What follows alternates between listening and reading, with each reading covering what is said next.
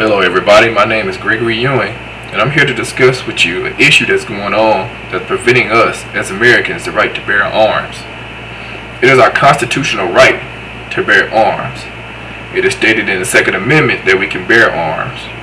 But there are politicians in the government that are trying to take this right away from us. And I don't think that's right. Think about it like this. What if you were doing a news interview, or what if you were getting interviewed by someone, or what if somebody tried to sue you for saying something? Well, it's your freedom of speech, right? Or what if you were protesting and they tell you to get away? Well, it's your freedom of speech. You'll be mad if somebody tried to take away your freedom of speech. Well, this is the same thing. They're trying to take away our right to bear arms. So today I'm going to explain to you why we shouldn't allow that to happen. Well, there was a case called for the District of Columbia versus Heller. In the District of Columbia, the people of the District of Columbia were banned the right to bear arms. Well, in the District of Columbia, they had a case by the Supreme Court, and it was overruled. Now the District of Columbia has the right to bear arms in their homes. There was another case that was in Chicago. Mr. Otis McDonald, back in 1982, had a case that he took up. It was McDonald versus Chicago. Mr. McDonald was being robbed. He was held defenseless against predators in his own home back in 1982. He had nothing that he could do. No handguns, nothing. Because there was a handgun ban back in 1982. So I ask again, why should we leave ourselves defenseless? Why should we ban guns? We shouldn't do that. I can easily see where Mr. McDonald was coming from by saying all this and trying to sue. In Chicago not too long ago, there were 60 shootings with 10 fatalities over the course of a Father's Day weekend. That is amazing numbers. 10 fatalities. I think guns should be banned from criminals, but not law-abiding citizens. If you're not breaking the law, why punish everybody? They always say one bad apple spoils the whole bunch. Well, in this case, I just think that bad apple should be thrown into jail. The rest of the bunch are obeying the law. It's so sad in Chicago that one person even said that after the fatalities, that it wasn't even on the front page of the paper because it was so common. On the other end of the spectrum, there are people that support the measure.